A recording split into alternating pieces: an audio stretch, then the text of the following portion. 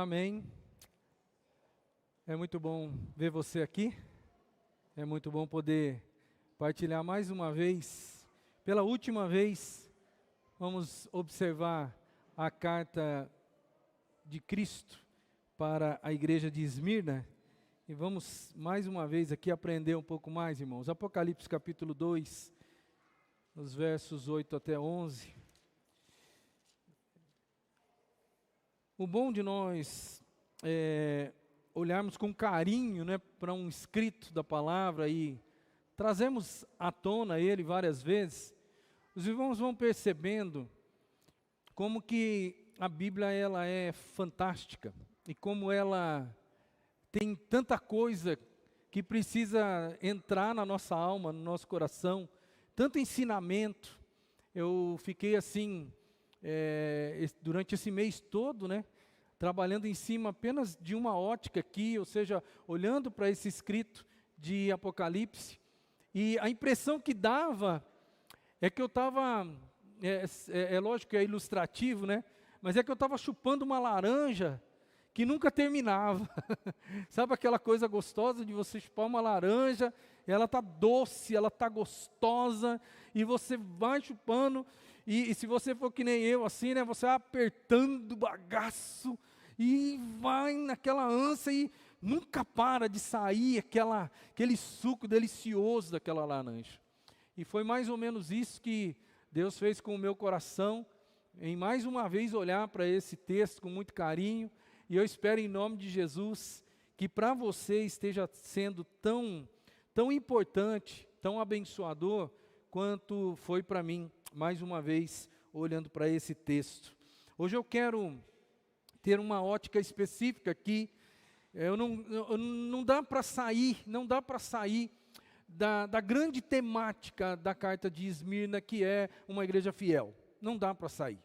Mas tem agora como nós enxergarmos mais um foco aqui, mais uma especificidade dessa igreja. E eu estou dando aqui como título hoje, Esmirna, uma igreja digna de ser chamada cristã, digna de carregar nos ombros o nome de Cristo.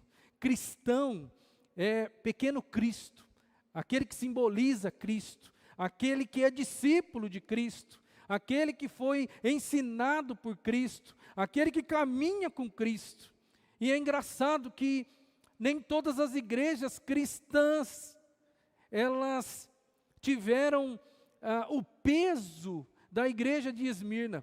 Se nós pegarmos só as 7 cartas do Apocalipse, você vai chegar à conclusão que 5 delas talvez nem eram dignas de serem chamadas cristãs, ou pelo menos não alcançaram o patamar que Esmirna alcançou, irmãos. E hoje, infelizmente, também a igreja moderna, a igreja cristã moderna, nem toda a igreja cristã moderna é digna do nome de Cristo, por vários fatores. Por isso que eu entendo que é pertinente nós observarmos hoje esse texto. Por quê? Porque o desejo do coração do seu pastor é que a 5ª Igreja Batista de Araçatuba também seja uma igreja digna de ser chamada Igreja de Cristo, ou seja, igreja cristã. Nunca é demais nós lemos o texto mais uma vez. Eu espero em nome de Jesus que ele continue sendo abençoador para a sua vida. Vamos ler.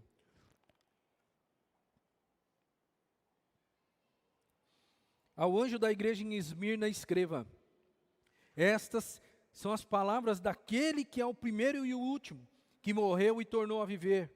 Conheço as suas aflições e a sua pobreza, mas você é rico. Conheço a blasfêmia dos que se dizem judeus, mas não são, sendo antes sinagogas de Satanás. Não tenha medo do que você está prestes a sofrer. O diabo lançará alguns de vocês na prisão para prová-los, e vocês sofrerão perseguição durante 10 dias. Seja fiel até a morte, e eu lhe darei a coroa da vida. Aquele que tem ouvidos, ouça o que o Espírito diz às igrejas. O vencedor, de modo algum, sofrerá a segunda morte. Esmirna, uma igreja digna de ser chamada cristã. O nome cristão, ele tem uma conotação ruim, em algumas partes do mundo. Eu não sei se você sabe disso, mas essa é uma realidade absoluta. O nome cristão, ele não é bem quisto em muitas partes do mundo, meus irmãos. Por exemplo, como que você acha que o mundo enxerga o Brasil como sendo um país cristão? Qual é a marca do Brasil no mundo? O que vende o Brasil lá fora? O que vende o Brasil lá fora? Qual é a marca? Carnaval, festa da carne, gente nua, perversidade acontecendo, libertinagem acontecendo, os estrangeiros vêm para cá pensando que aqui é a terra da prostituição. Esse é o Brasil lá fora. E o Brasil é o quê em termos de religiosidade? Brasil é islâmico? Brasil é hinduísta? O que é o Brasil? Cristão. O Brasil tem uma marca, ele é cristão. No entanto, aquilo que as pessoas veem no Brasil, olhando sob uma ótica externa, não tem nada a ver com o cristianismo, irmão. Se você pegar também, eu não quero só escrachar a gente, mas se você pegar o México, por exemplo, que é um país cristão, o México, da mesma forma que o Brasil, é um país considerado cristão, altamente cristão. Mas qual é a marca que a gente enxerga no México? Você enxerga o que lá no México? Eu enxergo o que? Corrupção, eu enxergo venda de droga, eu enxergo cartéis, eu enxergo gente matando gente em função de todas essas coisas que eu acabei de citar. Esse é o México à luz de olhares externos, mas o México é cristão. Vamos olhar para os Estados Unidos, que também é um país cristão. Os Estados Unidos tem uma coisa interessante, porque tanto o Brasil quanto o México, nós temos um índice de catolicismo maior do que o índice de protestantismo ou de evangélicos. Agora os Estados Unidos não. Os Estados Unidos é meio a meio. Metade católico, metade evangélico ou reformado, e com algumas outras religiões mundiais ali estabelecidas também. Mas qual é a imagem dos Estados Unidos para o mundo? Os Estados Unidos é um país cristão. Todo mundo olha para ele como um país cristão. Mas os Estados Unidos, ele tem de fato uma característica cristã totalmente apurada. As pessoas que olham de fora, olham para os Estados Unidos como um país do amor, porque Jesus é o Jesus do amor. Deus é o Deus do amor. As pessoas enxergam isso nos Estados Unidos, por mais que eles tenham qualidade de vida, eles tenham dinheiro, mas nós não enxergamos de verdade mesmo as marcas profundas do cristianismo ali dentro também, irmãos. Como que esses países são vistos, por exemplo, pelos muçulmanos? Os muçulmanos odeiam os Estados Unidos. E eles têm as suas razões, certo? Os hinduístas, eu trago aqui a palavra de talvez o maior hinduísta, pelo menos que nós temos conhecimento, que é Mahatma Gandhi, e você vai observar como que esse cara enxerga o cristianismo. Eu não estou dizendo que o Mahatma Gandhi é a melhor pessoa do mundo, e também não estou dizendo que ele está certo em tudo que ele fala, certo? Porque tem muita coisa que ele fala que pode ser bonita, pode ser interessante, filosoficamente falando, pode ter uma base interessante, uma base de ética, de moral, mas ele também vai falar muitas coisas que eu não concordo. Quero deixar claro aqui isso, antes de jogar a frase que o Mahatma Gandhi diz acerca do cristianismo. Ele é hinduísta, certo? Ele tem a sua filosofia religiosa. E ele olha para o cristianismo como alguém que olha de fora. E olha o que ele fala quando ele pensa em cristão. Não conheço ninguém que tenha feito mais para a humanidade do que Jesus. De fato, não há nada de errado no cristianismo. O problema são vocês, cristãos. Vocês nem começaram a viver segundo os seus próprios ensinamentos.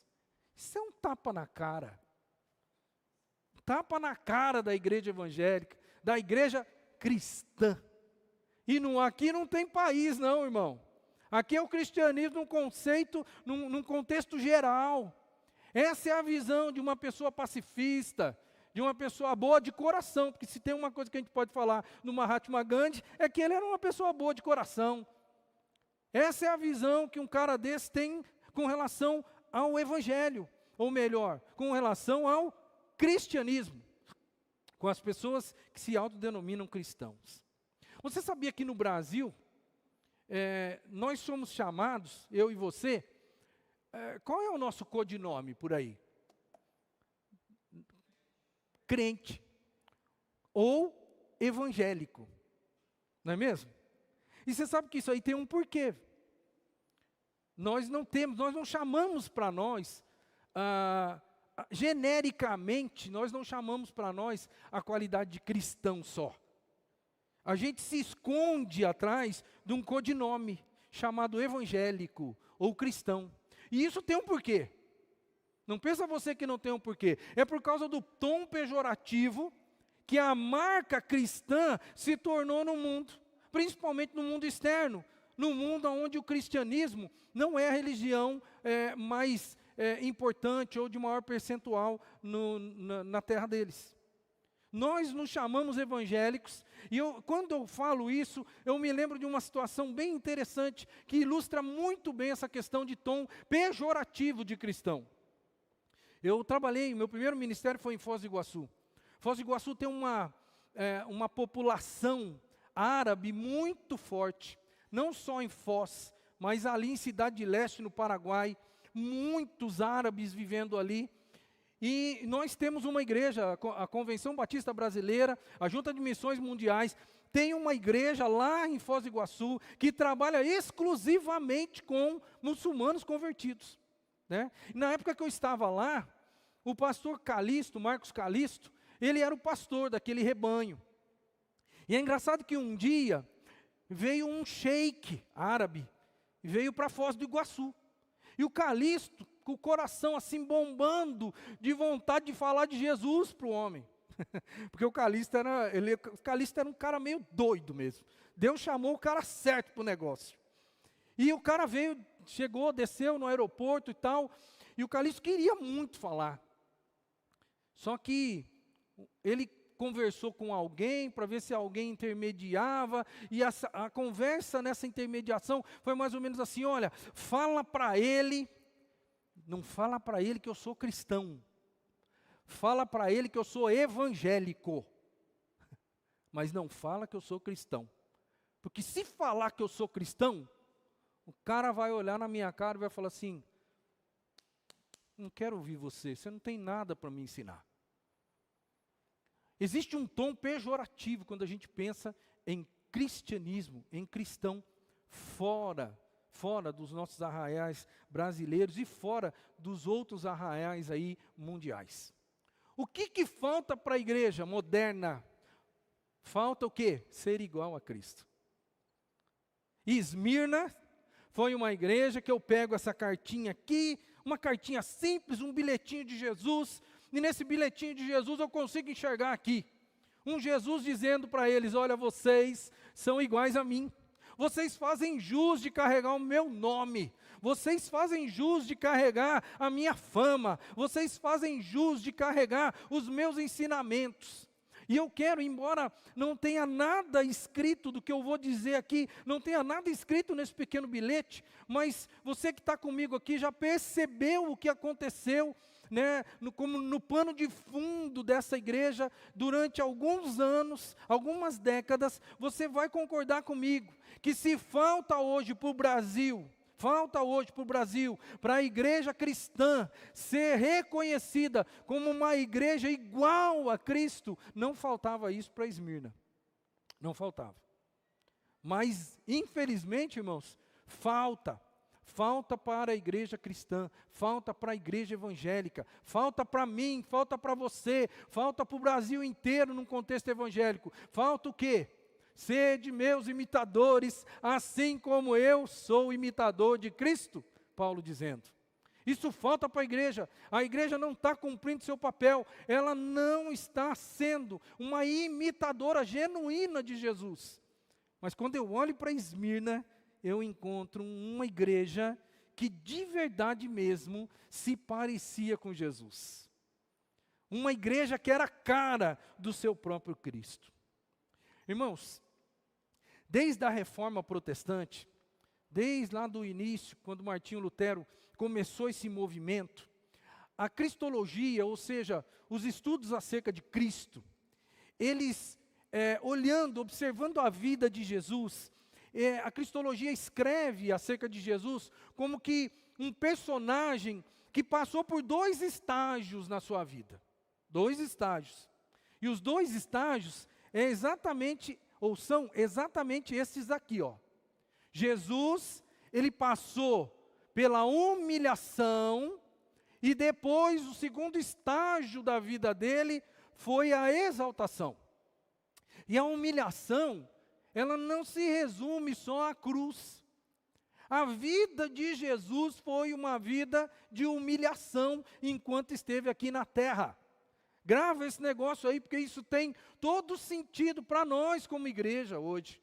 A vida de Jesus, eu coloquei 2 figuras aqui. Eu coloquei uma manjedoura e coloquei uma cruz, se você observou. Certo? Para mostrar para você que desde o nascimento de Jesus, ele foi humilhado. Ele foi humilhado. Ele é o Rei dos Reis. Ele é o Deus Todo-Poderoso.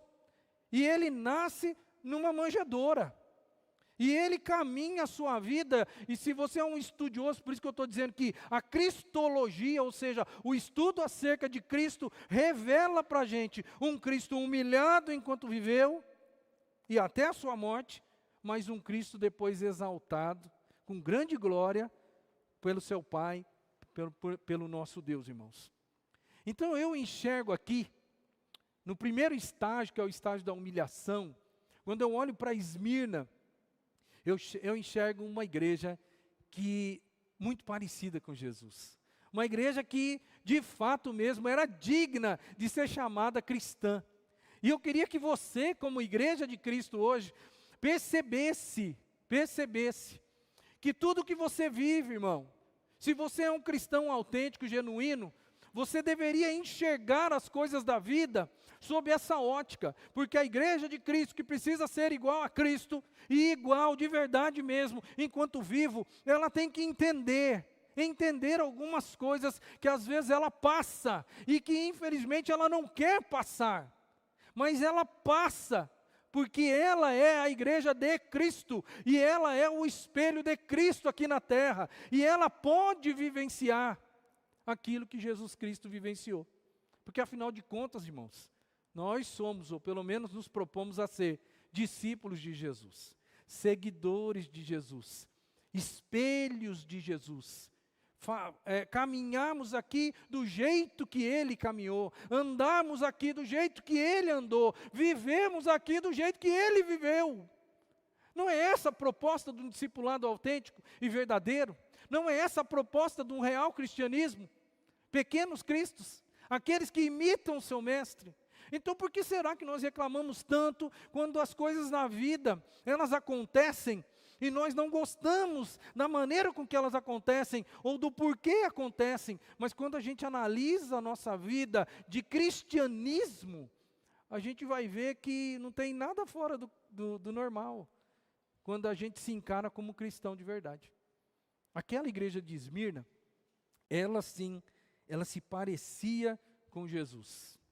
A igreja, Esmirna foi uma igreja que se parecia com Cristo nas aflições. Jesus disse para ela, eu conheço as suas aflições. Eu conheço as dificuldades da sua vida. E eu quero que você perceba, eu não vou ficar aqui gastando muito tempo nos textos do Apocalipse, porque você já leu, releu, ouviu, várias vezes aqui, mas eu quero fazer os links com a vida de Cristo. Diz a palavra, Jesus levou consigo Pedro, Tiago e João e começou a ficar aflito e angustiado. Olha aqui um link daquilo que a igreja de Esmirna vivia com a vida de Cristo. E não é só isso aí não, porque como eu disse, Jesus ele foi humilhado não só em um momento, porque esse aqui é um momento da cruz, é um momento que antecede a cruz, é um momento que ele está ali, sabendo que no outro dia as coisas vão ficar muito difíceis, sabendo que ele vai morrer, a aflição e a angústia está tomando conta da alma de Jesus. Mas eu quero deixar claro para você, não foi só nesse momento que Jesus foi aflito, ou que esteve aflito e que esteve angustiado. Filipenses também mostra para a gente um texto fantástico, irmãos, que vale a pena a gente caminhar assim, com muito carinho, olhando esse texto, porque Jesus, ele nasceu e viveu em aflição. Eu quero que você enxergue a luz da ótica cristã de quem é Cristo, para depois entender esse texto. Quem era Cristo antes dele descer à terra? Aonde ele estava? O que ele era capaz de fazer? O que ele perde quando ele se encarna e desce na terra por amor à humanidade e vai morrer pela humanidade. Eu quero que você agora não enxergue o Cristo aqui na terra, enxergue o Cristo lá no céu. O Cristo anterior, porque a Bíblia diz que ele já era de eternidade a eternidade, que ele estava com Deus na criação do mundo, certo? Então enxergue este Cristo com todo o poder. E agora então, o autor de Filipenses, o apóstolo Paulo, vai escrever acerca da aflição, entre aspas, de Jesus, porque ele vai falar assim: Jesus, embora sendo Deus, não considerou que o ser igual a Deus era algo a que devia pegar-se, mas esvaziou-se a si mesmo, vindo a ser servo. Opa! Não é uma aflição você ser rei e de um dia para a noite agora você não é mais rei, você é servo? Não é uma aflição, irmão? Algum de vocês aqui já foi empresário e num dia você tinha tudo e de repente, por causa de um problema grandioso na sua vida, no outro dia você não tinha mais nada? Qual foi o sentimento da sua alma? Eu me lembro que eu morava numa cidade muito pequena e todo mundo conhecia todo mundo. E o dono do mercado era um dos caras mais conhecidos na cidade, que era uma cidade de um mercado só. Né? Que coisa triste, né? Mas era. Todo mundo conhecia o seu Denis, porque o seu Denis era dono do supermercado Denis. Você lembra daquela época do plano Collor? Que todo mundo era rico, e num outro dia todo mundo era igual, porque todo mundo só tinha 50 cruzados. 50 cruzados? 70 cruzados no banco. Você lembra desse dia? O seu Denis se matou. O seu Denis se matou por quê? Porque ele, de um dia para o outro, ele se esvaziou do seu dinheiro. Jesus era Deus. Ele não considerou que o ser igual a Deus era algo que ele tinha que se apegar. E ele se esvaziou. Não é que esvaziaram ele, irmão. Esse texto é rico demais. Não é que alguém esvaziou Jesus, não. Ele, por conta própria, ele se esvaziou a si mesmo. E ele deixou o trono de glória e veio para cá para ser servo, tornando-se semelhante aos homens. A gente lê o texto e a gente não cai na real. Um Deus se tornando homem é mais ou menos como que você se tornando um verme, uma lagarta de dentro da goiaba. É mais ou menos isso, irmão. Para você entender o que aconteceu. E sendo encontrado em forma humana, humilhou-se a si mesmo e foi obediente até a cruz, até a morte, e uma morte humilhante, que era a morte de cruz. Você consegue enxergar comigo aqui que Jesus, ele foi um homem aflito no decorrer da sua história, desde o momento em que ele disse: eu vou descer lá. A aflição pairou no ar sobre a vida de Cristo. É por isso que Esmirna, quando ela é afligida de todas as formas, e você já sabe, porque você já está aqui comigo há um mês olhando para essa igreja ela é digna de ser chamada igreja cristã, porque ela também sofreu aflições igualzinho a Jesus. Paulo, que foi o autor dessas frases brilhantes aqui, ele vai escrever para Colossenses, para outra igreja, e olha que coisa interessante, muito mais do que ele entender o sacrifício de Cristo, a aflição de Cristo, agora ele se coloca nesse negócio, olha que lindo, agora eu me alegro em meus sofrimentos por vocês, igreja, e completo no meu corpo o que resta das aflições de Cristo, em favor do corpo que é a igreja. O apóstolo Paulo não só entende as aflições de Cristo, mas ele fala assim, agora, o restante das aflições de Cristo, ele não está mais aqui, mas ainda existe aflições, né, em função da igreja de Cristo, e eu agora entrego o meu corpo, o meu sofrimento pessoal, para que o restante dessas aflições de Cristo se cumpram, por amor a quem? A família dele? Não, por amor ao corpo de Cristo. Continuidade do sacrifício de Jesus, das aflições de Jesus. A verdadeira igreja, e quando eu falo verdadeira igreja, irmão, eu quero que você vá no extremo mesmo. A verdadeira igreja cristã, inevitavelmente, ela vai vivenciar os dois estágios de Cristo: humilhação e exaltação. Mas quem vai vivenciar isso, grava de novo, é a verdadeira igreja de Cristo. Gente que é mais ou menos, que não é verdadeira igreja de Cristo, quando a aflição bate a porta, ele sai correndo, porque não é a verdadeira igreja de Cristo. Mas a verdadeira igreja de Cristo, ela passa inevitavelmente pela prova, por causa da humilhação. Se eu quero ser igual a Cristo, eu quero ser na sua aflição e na sua exaltação. A segunda coisa que a gente entende que Esmirna foi uma igreja que se parecia muito com Cristo, era na questão da pobreza. Conheça as suas aflições, mas conheça também a sua pobreza. Agora é interessante que o capítulo 8 de 2 Coríntios, escrito por Paulo, olha o que ele vai dizer. Pois vocês conhecem a graça do nosso Senhor Jesus Cristo, que sendo rico, se fez pobre por amor de vocês, para que por meio da sua pobreza, vocês se tornassem ricos. O apóstolo Paulo vai escrever algo que está linkado totalmente, irmãos, está linkado totalmente com essa ideia de pobreza da igreja de Esmirna. Ele também era rico, Cristo era rico, não no sentido financeiro, não.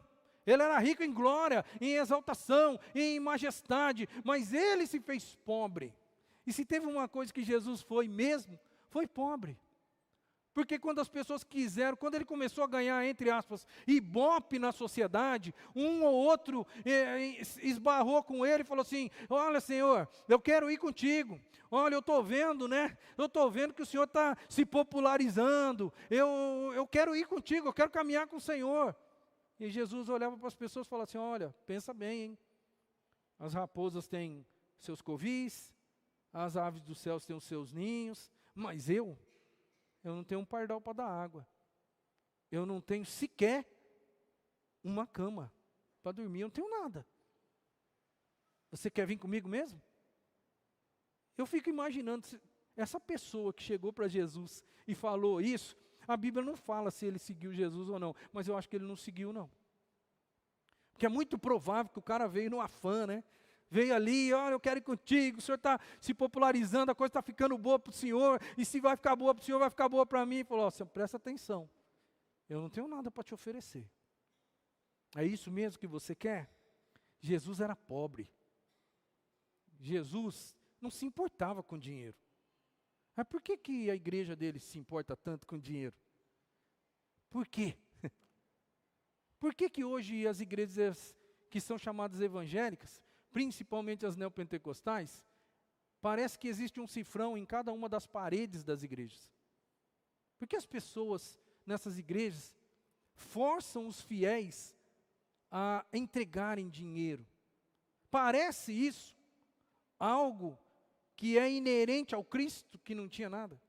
Parece. Eu não estou dizendo, não estou sendo demagogo aqui, em dizer que a igreja não precisa de dinheiro, irmão. Não adianta. A igreja, assim como instituição, precisa de dinheiro. Agora, o amor ao dinheiro, essa ânsia que a gente enxerga, porque ninguém é burro, ninguém é bobo. Essa ânsia que a gente vê na igreja evangélica, ou pelo menos em parte dela, de ter dinheiro, de alcançar lucro, de ter mega estrutura, no sentido de ter grana, e pedir grana, e apertar o membro, ou o frequentador, ou seja, quem entrar ali dentro, para que o cara tire tudo que tenha e entregue. Parece que existe algo meio desfocado da figura de Jesus. Essa, na minha ótica, não é uma igreja digna de ser chamada cristã. Porque Jesus não dava ênfase ao dinheiro. Ele não menosprezou, mas Jesus não dava ênfase a dinheiro. Certo? Pois é.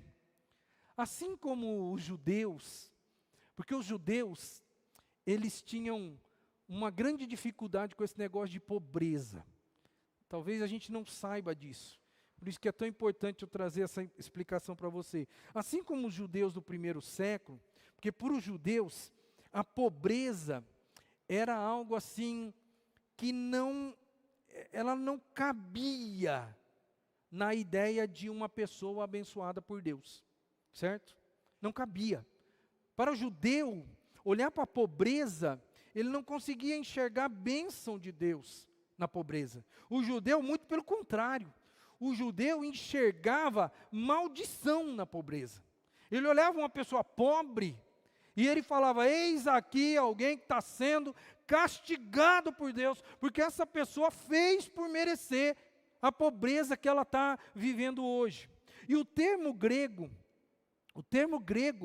que está escrito em Apocalipse 2:9, e esse termo aí é um termo interessante, porque para o grego escrito no Novo Testamento, tinha duas palavras para pobreza, ou para pobre. E a gente vai entender, é fácil de entender. Você pega uma pessoa, um trabalhador, que ganha um salário mínimo, mora numa choupana, mal tem dinheiro para comprar gás, comprar arroz, feijão e ovo, certo? Você olha para essa pessoa e financeiramente você a qualifica como o quê? Pobre. É uma pessoa pobre. Mas este termo pobre, para o grego era penia. Penia. E o termo grego que Jesus usa na cartinha que manda para Esmirna, é outro termo grego, que está aí escrito em grego para você, lógico que você não vai entender, mas é ptocheian. E ptocheian não é o pobre que ganha um salário mínimo, que mora numa choupana, não é esse pobre. Esse termo ele tem a ver com mendicância. É um mendigo, é o pobre que não tem nada. E quando Jesus escreve o bilhetinho para Esmirna, ele fala assim, eu conheço o seu estado de miséria. Eu conheço o seu estado de extrema pobreza, Esmirna. Mas olha, você não é o que aparenta, você é rica. Agora, aos olhos da sociedade, é por isso que a gente precisa enxergar o todo para entender o bilhete. Aos olhos da sociedade, o judeu olhava para esse negócio de ser pobre, e para ele pobreza era maldição de Deus. Então parece que as coisas não encaixam, não é mesmo? O Cristo olha para a igreja e fala, eu conheço sua miserabilidade, mas você é rica. O judeu olhava para esta mesma igreja em Esmirna e falava assim, essa igreja cristã, ela está amaldiçoada por Deus. Não se esqueça, o cristianismo saiu de dentro do judaísmo. E o judaísmo, o sonho do judaísmo no primeiro século, que a igreja cristã, ela minguasse com o passar do tempo. E olha, não tinha mais bala na agulha para o judeu, do que olhar para a igreja pobre de Esmirna e dizer, está vendo? Está vendo Deus pesando a mão? O Deus único, verdadeiro, está pesando a mão nessa igreja, seguidora de Cristo, que apareceu por aí, morreu, ninguém mais sabe dele, esses caras estão lá cultuando esse homem, está vendo como Deus está pesando a mão neles? O judeu tinha exatamente essa ótica, quando ele olhava para a igreja de Esmirna, porque o judeu, ele desprezava a mendicância, desprezava a pobreza. Trago aqui um texto só para corroborar essa ideia, para você entender que isso é verdade. João 9, 2 a 8, eu pincei alguns pedaços desse texto. Diz assim, seus discípulos lhe perguntaram, mestre, quem pecou? Este homem ou seus pais, para que ele nascesse cego? Disse Jesus, nem ele, nem os seus pais pecaram, mas isso aconteceu para que a obra de Deus se manifestasse na vida dele. O homem foi, lavou-se e voltou vendo. Olha, agora aqui, que eu quero que você preste atenção. Os seus vizinhos que anteriormente o tinham visto mendigando, perguntaram, não é este o mesmo homem que costumava ficar sentado mendigando?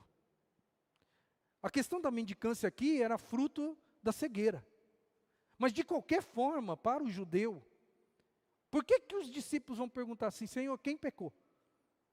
Quem é? Porque ele está sendo amaldiçoado. Na cabeça dos discípulos. Ele está sendo amaldiçoado. Por que ele está sendo amaldiçoado, Senhor? Porque ele nasceu cego. Por quê? Foi ele mesmo que pecou ou foram os pais dele que pecaram? Para ele estar num estado de cegueira e automaticamente por causa da cegueira estar vivendo em mendicância. Porque na cabeça do judeu aquele estado era debaixo da maldição de Deus. E Jesus já vai quebrando esse negócio. Que Jesus fala assim, ninguém pecou aí não, gente. Essa ideia que vocês têm na cabeça aí, ela não é uma ideia real. Ninguém pecou, nem os pais dele, e muito menos ele. Mas a glória de Deus vai ser manifesta agora na vida dele. Jesus mostra, o texto evidencia a ideia que o judeu tinha desse negócio, irmão. Agora pensa comigo, como que figuras como este mendigo, como figuras como uma igreja em Esmirna, que era paupérrima, como figuras nesta condição poderiam fazer jus à verdade de que elas eram amadas de Deus? Como dizer? Como a sociedade olhar para aquilo ali e aceitar, olha, eis aqui um grupo amado de Deus, uma pobreza extrema, numa miséria. Eis aqui um amado de Deus, cuja bênção do Senhor vai vir na vida dele e ele vai voltar a ver. Como que a sociedade ia enxergar um homem que vivia cego desde nascença e um homem que vivia mendicando por causa da sua cegueira? Como que nessa condição as pessoas iam olhar e dizer assim, olha, eis aqui um amado de Deus. Eu só estou colocando isso para você ver como a sociedade da época enxergava esse negócio de ser pobre. Que era muito pior do que nos nossos dias hoje. Porque hoje ser pobre, ninguém fala que ser pobre é porque Deus está te amaldiçoando. Não é mesmo? Hoje, pobreza para nós é uma situação de conjuntura social, da questão da diferença de sociedade, da diferença de oportunidade, de tudo aquilo que você está cansado de ouvir na televisão. Mas lá não, lá a ideia é, se o cara é pobre é porque Deus está pesando a mão. Agora eu quero que você olhe para a igreja de Esmirna e enxergue uma igreja totalmente pobre, que a sociedade olhava para ela como que uma igreja amaldiçoada por Deus. E é engraçado que Jesus, ele também passou por esse problema aí, porque ele também foi incompreendido, do mesmo jeito que a igreja de Esmirna provavelmente foi. Olha só alguns textos aqui que eu quero passar bem rapidinho. Diz a Bíblia, cobriram seus olhos e perguntavam para Jesus, profetize, quem foi que ele bateu? E dirigiam muitas outras palavras de insulto. Você conhece o enredo, você sabe do que eu estou falando aqui, momentos antes da crucificação, quando Jesus estava lá, os guardas levaram ele, arrastaram ele para um lado, arrastaram ele para o outro, levavam para cá, levavam para lá, e no meio ali, enquanto ele estava nessa muvuca toda, alguns guardas fizeram isso com ele, o Sinédrio também fez isso com ele, ou seja, as pessoas trataram ele como quem? O Filho de Deus? Não. Eles não conseguiam enxergar Jesus como Filho de Deus. Como que podia um Filho de Deus estar naquela condição agora, debaixo da mão das pessoas? Como que podia o Filho de Deus sofrer na mão de homens? Era um negócio totalmente fora da casinha. Lucas 23, continuação aqui praticamente. Um dos criminosos que ali estavam dependurados, lançava-lhe insultos. Você não é o Cristo? Salve-se a si mesmo e a nós. Você conhece o enredo. Os que passavam, lançavam-lhe insultos, balançando a cabeça e dizendo: ora, você que destrói o templo e o reedifica em 3 dias, desça da cruz e salve-se a si mesmo. Da mesma forma, os chefes dos sacerdotes e os mestres da lei zombavam dele entre si, dizendo: salvou os outros, mas não é capaz de salvar a si mesmo. Jesus foi alvo de incompreensão da sociedade. Mal sabia eles o porquê ele estava fazendo tudo aquilo, ou se deixando sofrer tudo aquilo. Jesus foi alvo de incompreensão, assim como a igreja de Esmirna também deve ter sido alvo de incompreensão, porque ela era uma igreja pobre. Ela era parecida com Cristo. Eu só falei tudo que eu falei até agora, só para dizer para você, eis aqui uma igreja sofredora, mas eis aqui uma igreja que parece com Cristo, digna de ser chamada cristã. Aos nossos olhos, talvez até mesmo aos nossos olhos, irmãos, nós olharíamos para essa igreja e falaríamos: pobre desta igreja. Por que que Deus não tem misericórdia dela e não coloca ela num estágio melhor? No entanto, Cristo não falou para ela: pobre de você. Falou: você pensa que você é pobre, mas na verdade, igreja, você é rica. Quero continuar. Esmirna foi uma igreja que se parecia com Cristo no seu martírio, irmão. Eu vou passar aqui para você a visão sociológica do mundo naqueles dias. Mas antes, nunca é demais olhar para o texto. Diz o texto: ser fiel até a morte, e eu lhe darei a coroa da vida. Aquele que tem ouvidos, ouça o que o Espírito diz às igrejas. O vencedor de modo algum sofrerá a segunda morte. Martírio. Esmirna passou por martírio. Jesus também passou por martírio. Esmirna é digna de ser chamada uma igreja cristã, porque do mesmo jeito que Jesus Cristo sofreu e foi martirizado, aquela igreja também o foi. Agora, vamos olhar para a visão sociológica. Eu já falei um pouquinho de como os judeus olhavam para a pobreza, mas eu quero que você enxergue comigo o que está acontecendo no mundo, porque nós somos fruto do que está acontecendo no mundo. A prova é, nós estamos vivendo aqui do outro lado do globo, do outro lado do continente, e nós estamos sendo afetados hoje por uma guerra lá do outro lado do mundo, certo?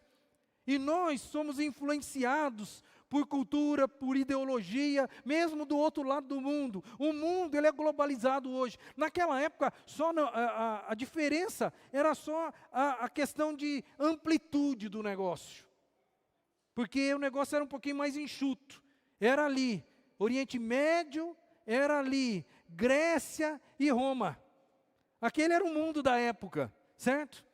Agora eu quero que você enxergue o que o mundo da época enxerga. Para os judeus, o que os judeus tinham na cabeça quando pensavam na figura do Cristo? O que eles conseguiam enxergar nas Escrituras? Eles estavam errados na sua interpretação? À luz do Evangelho e à luz do nosso pensamento, eles estavam errados. Mas qual é a ideia que eles têm do Cristo? O Cristo é alguém que vem triunfante. O Messias é aquele que vai vir e vai ser avassalador a sua vinda. Ele vai chegar, ele vai dominar tudo, ele vai salvar Israel, ele vai deixar Israel numa condição fantástica. Ele vai restaurar o reino de Davi, vai restaurar o reino de Salomão, ele vai fazer de nós um povo próspero, melhor. Essa era a ideia que os judeus tinham do Messias, o Messias triunfante. Os gregos, a mitologia grega, ela trazia para quem? Para o povo a ideia mítica de heróis. E esses heróis eram fracos? Não. Esses heróis, na grande maioria, eles eram invencíveis. eles tinham poderes, todos eles tinham grandes poderes. E essa questão, para nós hoje é muito interessante, a gente olhar para trás e falar, isso é mito, isso era mito. Mas para eles, no primeiro século, ele não era mito coisa nenhuma. Para eles, a devoção aos deuses gregos era uma coisa religiosa, irmão. E os romanos? Qual era a ideia de conquista, ou de vitória, ou de sucesso para os romanos? Era vencer as guerras. Tudo está atrelado ao quê? A sucesso, irmão. Você observou aí? Essa é a mente do mundo, no contexto onde a igreja de Esmirna está cravada. Uma igreja sofredora, uma igreja pobre, uma igreja que não se encaixa, não se enquadra nesse conceito de sucesso que o mundo apresenta. E esse negócio é tão forte, essa questão de mundo, de visão de mundo, que até nós estamos seduzidos com esse negócio. O nosso Cristo, Ele não se preocupou com muitas coisas que nós nos preocupamos. O nosso Cristo, eu quero medir as palavras aqui para de repente, não ferir seu coração, não magoar você. Mas Cristo estava aí para a política. Quando alguém questionou, ele tem que pagar imposto, não tem que pagar imposto, tal. O que ele falou? Ele pegou a moeda e falou assim, quem está aqui? É a cara de quem aqui, ó? Cara, é do César. Então dá para o César o que é do César. Isso aqui foi ele que fez. Dá para ele. Cristo foi algum rebelde que tentou derrubar algum sacerdote. Cristo tomou partido, né? Ele entrou no grupo dos zelotes, para dar uma força para os zelotes derrubar o Império Romano, ou a liderança estabelecida. Cristo se preocupou com isso? Não. Mas nós nos preocupamos. Cristo se preocupou com a aposentadoria? Não. Mas nós nos preocupamos. Cristo se preocupou com casa própria? Não, mas nós nos preocupamos. Cristo se preocupou com 1 milhão de coisas, irmãos, que estão fervilhando na nossa mente, na nossa alma, no nosso coração, que nos tiram sono. Mas Cristo não se preocupou com nada disso. Eu não estou aqui fazendo apologia que nós temos que viver uma vida de pobreza, né? Não é aquela ideia católica de, vamos renunciar a tudo e a todos e vamos viver aí como um bando no meio do mato. Não. Eu só estou dizendo assim, a nossa preocupação, aquilo que tira o nosso sono, tiraria o sono de Cristo, tiraria o sono dos apóstolos, porque Cristo não dá para a gente comparar, né? Porque Jesus sabia que ia chegar, e sabia que 3 anos depois ele ia para a cruz. É lógico que ele não pensou em aposentadoria. Mas e os discípulos? E os discípulos dos discípulos? E a igreja de Esmirna? E o Policarpo, que foi queimado? Será que as preocupações desse povo eram as preocupações nossas, irmãos? Será que nós também não estamos muito parecidos com o conceito sociológico de sucesso que o mundo globalizado hoje está jogando para nós? Você tem que subir na sua carreira, porque se você não subir na sua carreira, você não é um homem de sucesso. Você não vai ser feliz se você não subir no seu trabalho. Você não vai ser feliz se isso, ou se aquilo outro. Isso é mais parecido com o conceito global que te apresentam, ou é mais parecido com a igreja de Esmirna e com o próprio Cristo? É isso que a igreja precisa abrir o olho. É por isso que nem tantas e nem todas as igrejas podem ser dignas de serem chamadas igrejas cristãs. Mas Esmirna era. Hoje, olhando para a igreja moderna atual, para a igreja cristã, evangélica, talvez, irmãos, não sou dono da verdade, mas talvez, assim como os judeus, a igreja hoje, a igreja moderna, ela está desfocada. Por quê? Porque ela está sedenta por um evangelho triunfalista. A igreja evangélica está sedenta por um evangelho triunfalista. O evangelho do sucesso.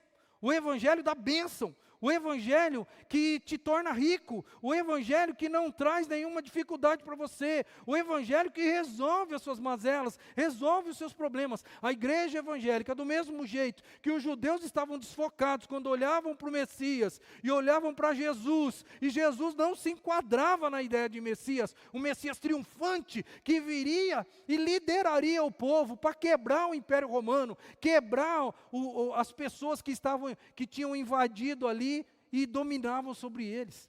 Eles estavam desfocados lá, e a igreja evangélica moderna está desfocada aqui, porque a igreja está enxergando um evangelho que eu chamo de evangelho triunfalista. E graças a Deus já estou ouvindo isso aí, nesse final de semana mesmo no curso que a gente fez, né, alguns irmãos da igreja fizeram conosco, essa ideia foi mais uma vez colocada ali também.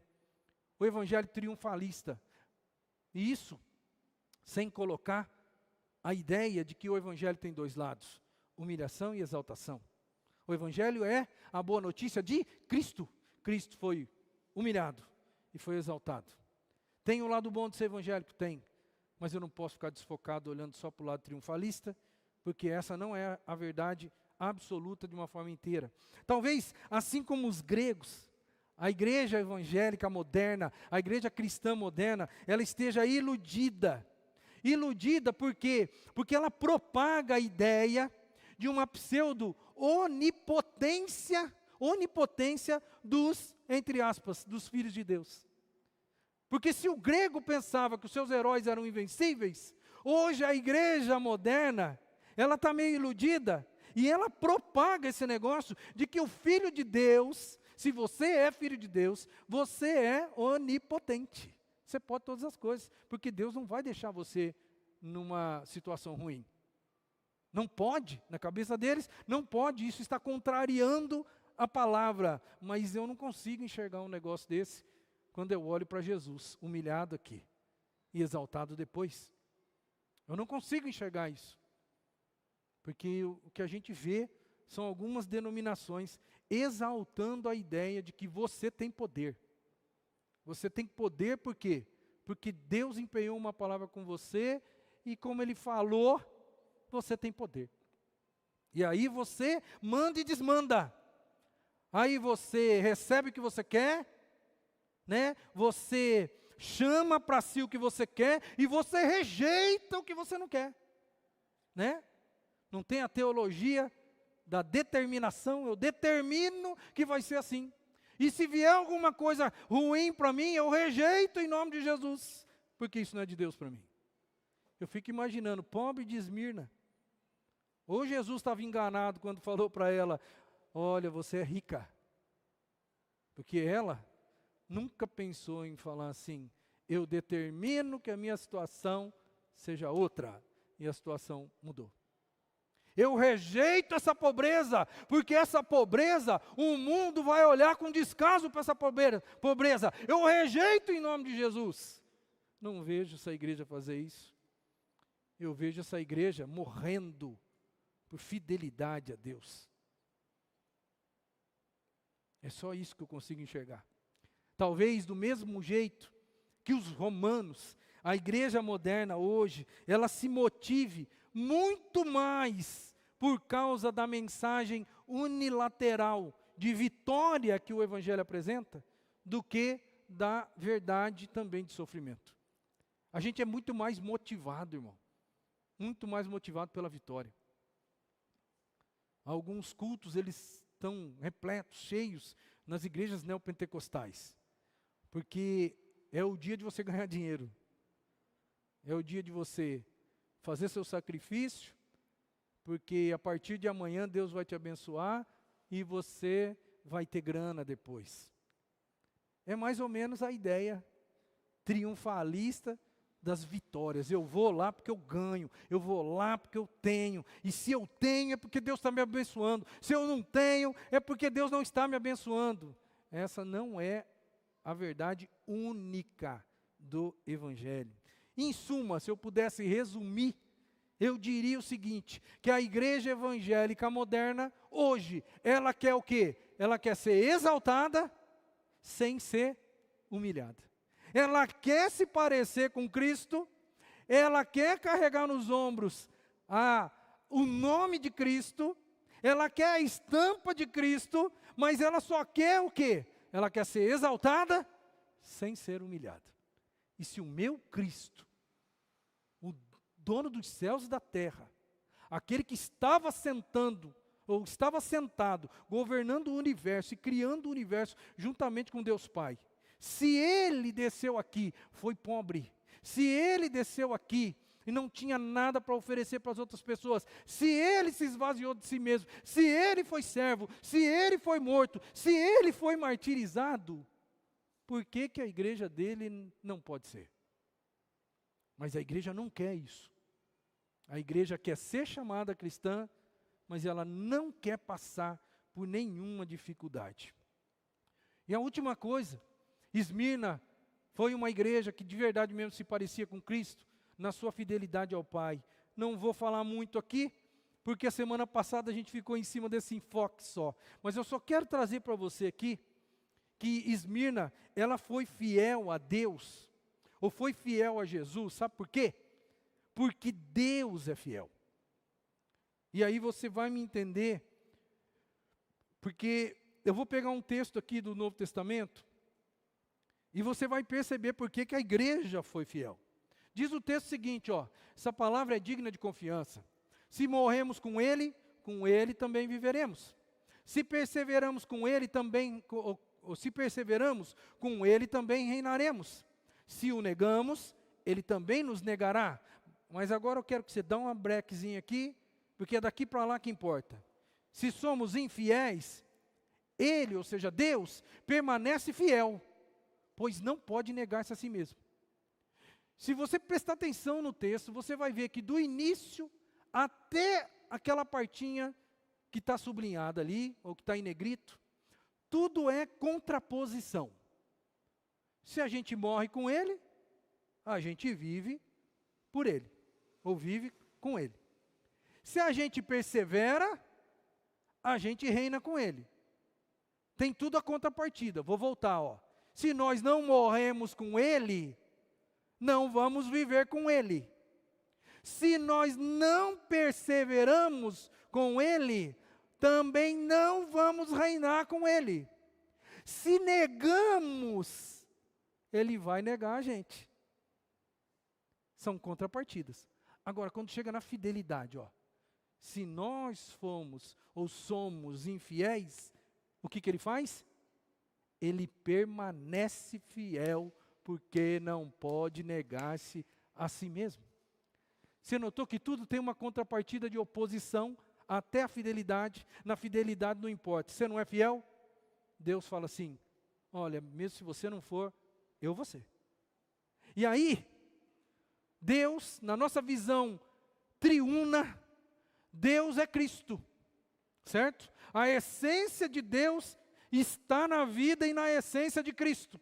Uma igreja realmente cristã vai ter a essência de Cristo, que em contrapartida tem a essência de Deus. Então, uma igreja cristã, ela tem que permanecer fiel, porque ela não pode negar-se a si mesma.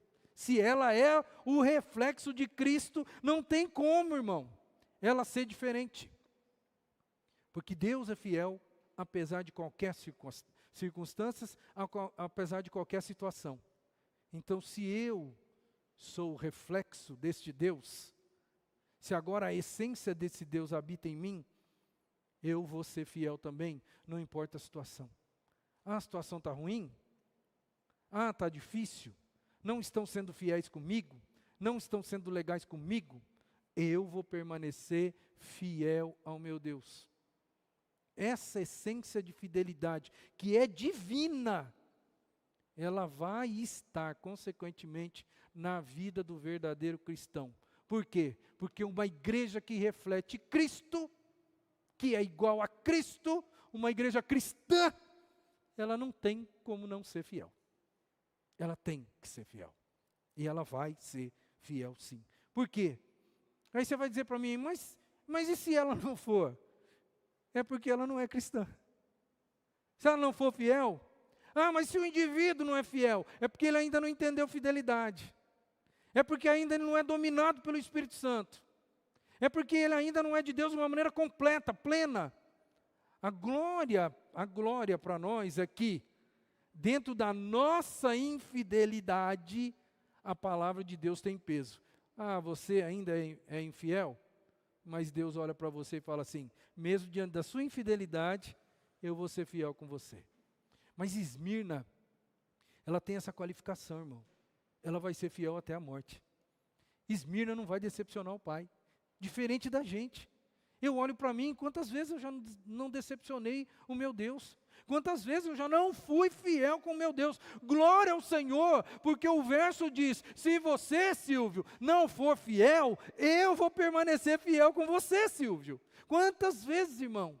Mas eu estou aqui nessa noite enaltecendo a postura da igreja de Esmirna, para dizer para você, eis aqui uma igreja cristã, que faz jus ao nome cristão. Por quê? Porque mesmo que o mundo não foi fiel com ela, mesmo que o sistema não foi fiel com ela, mesmo que ela olhasse para Deus e achasse que Deus não estivesse sendo fiel com ela, ela foi fiel, até o fim, até a última gota. Eu quero terminar essa palavra para o seu coração, trazendo uma ideia aqui que eu acho interessante a gente pensar. Quando Jesus foi para a cruz, quando Jesus estava ali, prestes a morrer, eu fico imaginando o que o diabo estava pensando. O que o diabo estava pensando quando Jesus estava na cruz? E prestes a morrer, a entregar o Espírito. Eu fico imaginando que o diabo, ele estava ali contando os segundos, olhando o rosto de Jesus, esperando o último suspiro para dizer assim, yes! Ganhei a guerra. Matei o Filho de Deus. Eu fico imaginando que foi mais ou menos isso que aconteceu. Mal sabia o diabo, mal sabia que Jesus iria ressuscitar. Porque os planos de Deus, os planos de Deus, talvez nunca entraram no coração e na mente de Satanás. E quando Jesus ressuscitou, aí começa a exaltação de Cristo. Quando Jesus ressuscitou. Então é a ressurreição, querido, que marca a linha divisória da humilhação para a exaltação. Olhando para mim e para você, essa linha divisória, ela tem duas maneiras de enxergar. A minha ressurreição, eu posso olhar para a vida cristã e pensar que o dia que eu morri para o mundo e aceitei Jesus, eu começo a entrar nesse processo de exaltação. Posso enxergar dessa forma. Mas é fato, irmão, que enquanto eu estiver aqui no mundo, vou sofrer as agruras do mundo pecador. Eu ainda posso sair daqui e ir embora para minha casa, e no decorrer do trajeto para minha casa, um bandido bater uma arma no lado do meu carro e me dar um tiro na cabeça. Como a gente vê na televisão aí, dioturnamente. Porque eu estou vivendo num mundo caído, um mundo dominado pelo pecado. Mas eu já estou em processo de exaltação, porque eu já morri para esse mundo. Mas uma coisa é fato. O dia de glória em que Jesus voltar, o dia em que Jesus tornar nova todas as coisas, o dia em que Ele terminar esse mundo e começar o reino de Deus, seja aqui ou em qualquer outro lugar que for, aquele dia, de fato, dali para frente, vai ser o nosso estágio de exaltação. Dali não passa. Então o que eu quero dizer para você aqui, em nome de Jesus, é que assim como Cristo, que teve o seu dia, ou os seus dias de humilhação, mas teve o seu dia de exaltação, e hoje está sentado à direita de Deus Pai, governando o universo, e foi dada a Ele, segundo a palavra, toda a autoridade sobre os céus e sobre a terra. Um dia, no tempo de Deus, após nós, assim como Jesus, cumprimos o nosso propósito como igreja aqui na terra, nós vamos ser exaltados. Um dia vai acontecer isso. E eu fecho essa mensagem para o nosso coração nessa noite, trazendo para você a ideia de que vale a pena ser fiel a Jesus. Vale a pena carregar um nome de cristão. Vale a pena ser chamado de seguidor de Cristo. Sabe por quê? Porque um dia nós vamos ser exaltados. E é por isso que eu coloquei aqui um grande aleluia, porque um dia nós vamos ser exaltados. Nós podemos sofrer nesse mundo, irmão. Você pode ser pobre a vida toda. Você pode viver flagelado aqui a vida toda. Mas um dia, a Bíblia diz, não sou eu, você será exaltado pelo próprio Deus, que vai receber você e dizer: vinde bendito, abençoado do meu Pai, possuí agora o reino que eu tenho preparado para você. Agora a exaltação é sua. Acabou a dor, acabou o sofrimento, acabou a lágrima, acabou a morte, acabou todas as coisas ruins. Que em nome de Jesus a gente olhe para essa igreja de Esmirna e que nós queiramos ser como ela nos dias de hoje, irmãos. Queiramos ser, porque ela foi uma igreja que foi digna de ser chamada igreja de Cristo, igreja cristã. Por mais que as aparências pudessem indicar o contrário, ela foi e recebeu isso do próprio Cristo. Amém? Glórias e honras ao Senhor por tudo isso. Quero encerrar o nosso culto